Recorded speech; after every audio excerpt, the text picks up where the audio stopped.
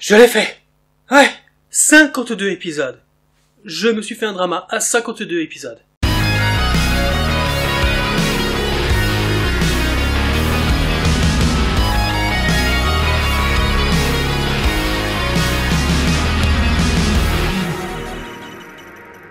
Salut à tous, heureux de vous retrouver pour une nouvelle vidéo drama. Aujourd'hui, je vais vous parler d'un drama que j'ai aimé d'amour, My Golden Life. Un drama dont je suis tombé véritablement amoureux, épisode après épisode, au point que quand c'est fini, j'étais quand même en manque alors que la fin est très appréciable et m'a comblé. My Golden Life, c'est l'histoire de So-Ji-Han et ses trois frères et sœurs qui triment dur pour subvenir aux besoins de leur famille depuis que leur père a fait faillite. Employée contractuelle au sein du groupe S-Song, elle travaille dur en vue d'une promotion. Un jour, suite à un accident qu'elle provoque, elle rencontre Choi Do-yeon, l'héritier du groupe, un homme doux et gentil, et s'engage à le rembourser rapidement. Mais sa promotion lui est refusée et dépitée, elle tombe en dépression, jusqu'à ce que la présidente d'S-Song ne lui apprenne qu'elle est en réalité sa fille perdue depuis 25 ans, et que, si elle le veut, elle peut revenir auprès des siens. Après quelques hésitations, elle accepte de venir vivre avec eux, pensant que cela soulagera financièrement sa famille adoptive. Son quotidien est alors bouleversé, entre l'étiquette nécessaire à une famille riche qu'elle doit apprendre et les nouvelles relations qui se tissent entre elle et Do-yeon. Mais alors qu'elle s'habitue à cette nouvelle vie, diverses vérités sont révélées, y compris sa véritable identité. Prise dans une spirale infernale, blessant deux familles à jamais, sa vie explose entre qui elle est et ses sentiments qui s'éveillent pour Do-yeon. Dans ce chaos, pourra-t-elle vraiment trouver sa place et surtout, pourra-t-elle vivre son amour? Comme je vous le disais, c'est un drama que j'ai aimé d'amour au rythme de ces 52 épisodes. Et pourtant, à la base, c'était absolument pas gagné. Parce que j'étais quand même relativement habitué aujourd'hui à 16, 18, 20 épisodes, voire même 25. Mais 52! 52! Waouh, j'aurais jamais pensé y arriver.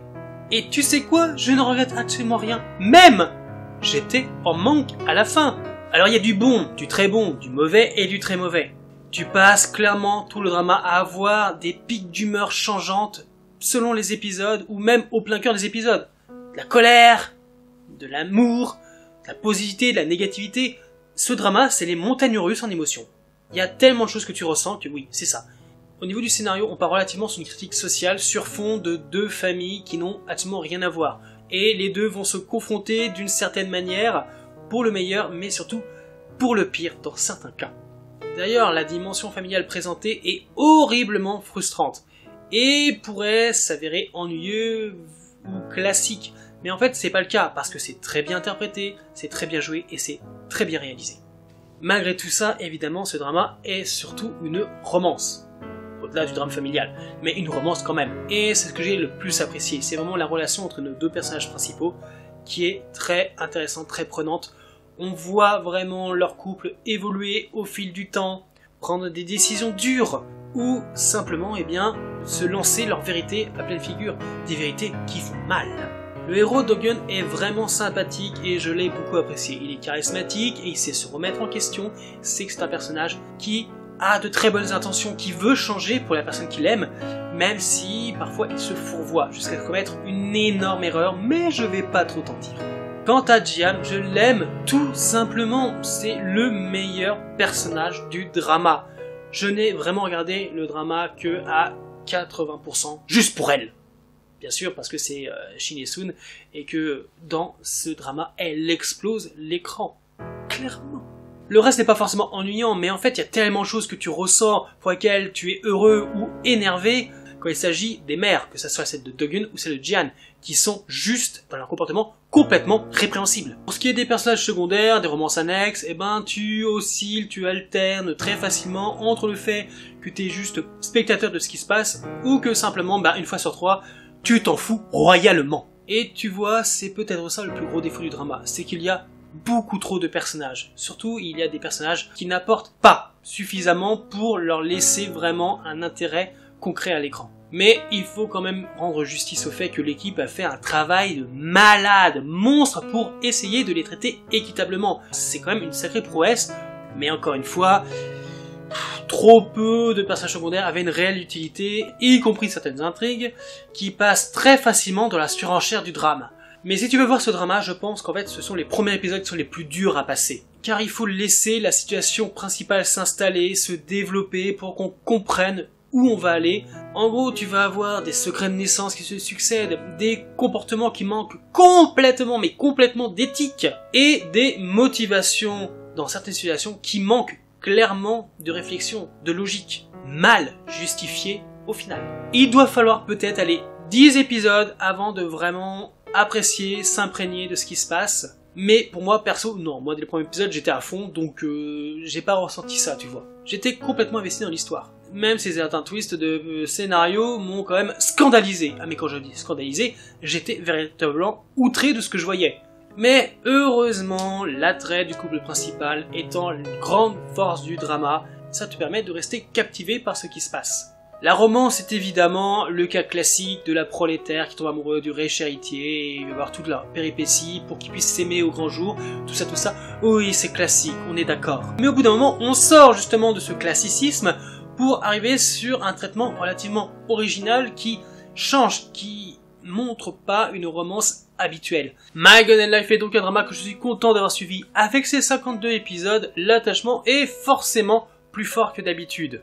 Malgré ce qu'il nous fait vivre et dans tous les états qu'il peut nous mettre face aux situations, c'est un drama que je suis content d'avoir suivi avec passion et acharnement pendant de longues soirées. Je suis content que ce drama ait eu le succès qu'il méritait et je pense que cela est dû au formidable travail de casting et surtout à celui de Shin Hye-sung qui est proprement grandiose. En bref, si tu aimes les dramas familiaux, je te le conseille évidemment. Et te voilà prévenu dans quoi tu t'embarques.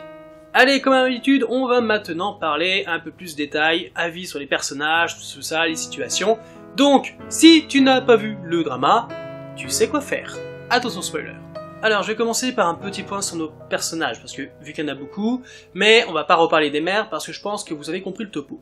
Côté de la famille So, nous avons Ji-ho, le petit frère, qui honnêtement, est un personnage qui ne sert pas à rien, mais qui est quand même à la limite inutile. Clairement, il n'apporte rien à l'intrigue, et on va même lui prêter une pseudo-romance qui, au final, ne débouchera sur absolument rien.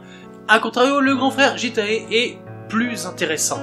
Il est dans la relation typique du frère aîné qui doit corriger tous les malheurs de sa famille. C'est lui qui se retrouve à payer les dettes de la famille, c'est lui qui se retrouve sans avenir parce qu'il est coincé. Ce rôle le pèse, c'est une situation qui le ronge de l'intérieur, qui vraiment le désespère. Et il y a cette scène poignante, déchirante, où il vide son sac, il craque complètement, et là tu ressens toute la puissance de sa détresse. Honnêtement, j'étais scotché. L'acteur est formidable dans cette scène, ça te prend vraiment au trip, tu souffres avec lui. La sœur jumelle de Ji-han, Jisoo, est le personnage que j'ai le plus détesté. Ah oui, plus que les mères avec leur comportement répréhensible. Jisoo apparaît au début comme une jeune fille qui est très aérienne, qui ne s'inquiète de rien, qui ne réfléchit pas, c'est une tête de linotte. Elle fait ce qu'elle veut, quand elle veut, et à un moment, quand elle va découvrir ce que sa mère a fait, c'est-à-dire l'échanger avec Ji-han dans la famille riche, parce que Jisoo est la vraie fille perdue du groupe Haesung. Elle va montrer tout son mauvais côté. Déjà, elle va gifler Ji-han. Moi, je suis resté pétrifié devant cet acte. Ça m'a choqué. Et le pire dans tout ça, c'est qu'elle va l'accuser de tous les maux, de tous ses malheurs, alors que Ji-han s'est saigné toute sa vie pour que Jisoo soit heureuse.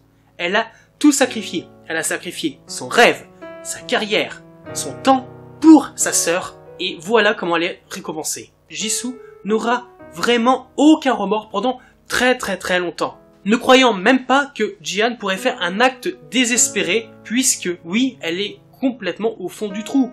Jisoo est responsable de ses malheurs. Elle est responsable de sa tentative de suicide. Et pas qu'elle. Jisoo est vraiment responsable de beaucoup de malheurs, beaucoup de douleurs tout autour d'elle. Elle est égoïste, égocentrique, et ne s'inquiète vraiment jamais de ce qu'elle pense les autres. Il faut toujours que ce soit elle à plaindre et personne d'autre. Je l'ai détestée, tout simplement détestée. Tu mérites pas ton bonheur à la fin du drama. Clairement, tu le mérites pas.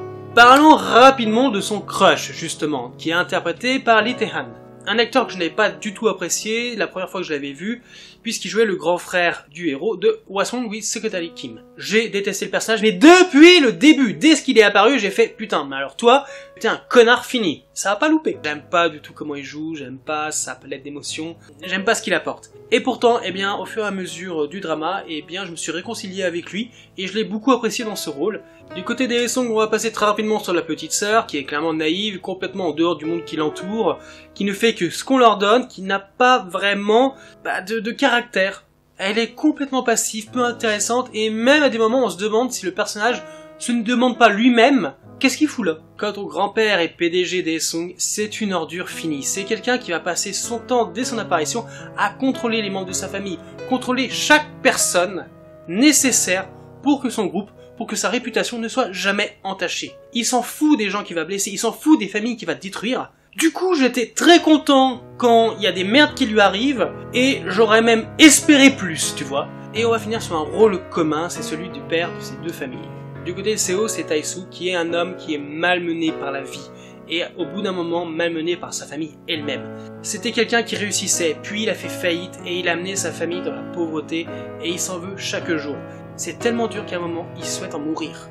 Et pourtant restera encore et toujours la figure de sagesse de sa famille. Et c'est pourquoi sa mort restera le plus gros choc de la série, arrivant à un moment ultime de bonheur avec sa famille. Alors je sais, il n'y a pas plus belle mort de mourir avec les siens, mais c'était quand même horriblement triste. Ce moment m'a véritablement ému. Quant au père de Do-hyun, donc de la famille Haesun, c'est un personnage qui est coincé dans le rôle de beau-fils pantin, qui doit faire tout ce que lui demande donc sa femme ou son beau-père. Mais il saura s'extraire de cette situation grâce à Ji-han qui lui ouvrira les yeux sur certaines choses, et c'est ainsi qu'il deviendra la seule figure d'espoir pour sa famille, un espoir de rédemption par rapport à tous les crimes moraux qu'ils ont pu commettre. Le personnage m'a beaucoup plu parce que c'est quelqu'un qui est extrêmement bienveillant. Bon ok, à un moment il pète un câble et c'est pas beau à voir, mais sinon il restera toujours bienveillant. Bienveillant envers son fils, bienveillant envers Ji-han, bienveillant envers leur relation. C'est un personnage qui est vraiment extrêmement positif. Et ce qui est dommage, c'est que ces deux pères, s'ils s'étaient rencontrés plus tôt, je suis sûr qu'ils seraient devenus de très très bons amis, parce qu'on voit clairement qu'il y a une sorte de respect entre eux. Parlons maintenant de la romance qui est le thème principal du drama. Oui, alors il y a du drame évidemment, mais il y a aussi de la romance. Alors il y en a plusieurs, je les ai toutes relativement bien appréciées. Mais surtout celle de nos héros. C'est pas tant l'aspect romantique qui m'a le plus charmé, mais la complicité qui se construit entre Do-hyun et Ji-han que je trouve vraiment superbe. Je trouve que ces deux personnages ont une relation très particulière qui les lie l'un à l'autre, sans avoir forcément besoin d'être très démonstratifs dans leur relation.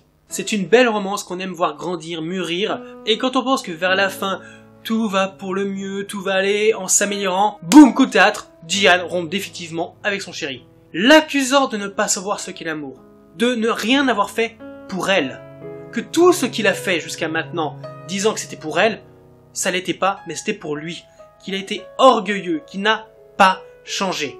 Comme notre héros, je suis resté pétrifié dans l'incompréhension la plus totale, parce qu'on est quand même à quelques épisodes de la fin, donc pour l'happy end, on fait comment? Qui dit romance dit forcément happy end d'une certaine façon. Et tu sais quoi? Même les plus salauds vont y avoir droit. Montrons alors des familles renforcées par tous ces événements, par les épreuves qu'ils ont traversées. Délivrons alors un message quand même relativement positif sur la vie. Et notre couple, ils y auront effectivement droit. Ouf.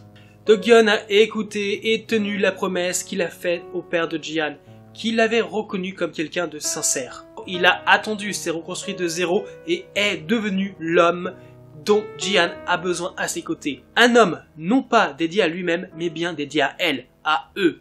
Ils finissent par se retrouver et échangent dans un sourire tous leurs vœux d'avenir. Et même si cette fin ouverte, gage d'espoir, me comble complètement, je reste encore et toujours sur ma faim.